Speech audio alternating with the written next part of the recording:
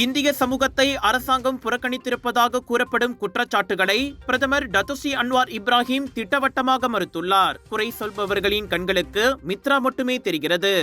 மித்ரா மூலம் மட்டுமே இந்திய சமூகத்திற்கு அரசாங்க உதவிகள் கிடைப்பதாக எல்லோரும் நினைத்துக் கொண்டிருக்கிறார்கள். ஆனால் மித்ராவுக்கு வெளியேயும் இந்திய சமூகத்திற்கு பல்வேறு நலத்திட்டங்களை அரசாங்கம் செயல்படுத்தி வருகிறது.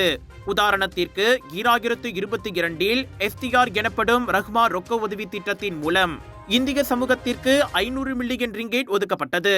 அதுவே இவ்வாண்டு 972 மில்லியன் ரிங்கெட்டுக்கு உயர்த்தப்பட்டுள்ளது. Bantuan masyarakat India itu hanya khusus kepada mitra itu tidak benar. 1 bilion itu terkeluar daripada peruntukan adalah keluar daripada peruntukan mitra. Begitu juga tentang skim jaminan kredit perumahan. Tentunya majoriti besar kepada Bumi Putra, sebahagian kepada China, tapi kepada India itu 1.2 bilion ringgit. Ya. Skim jaminan kredit perumahan.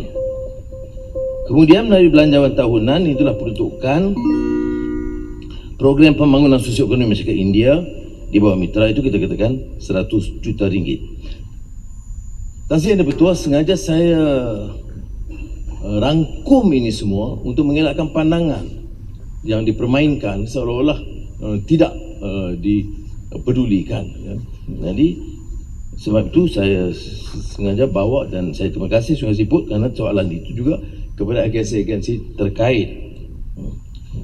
Dan untuk peruntukan mitra dikatakan kita tidak menjalankan tugas ataupun kelulusan cepat, itu juga tidak benar kerana pada tahun 2024 dari 100 juta ringgit kita telah belanja 98.9 juta ringgit yang memberi manfaat kepada 122,082 masyarakat India.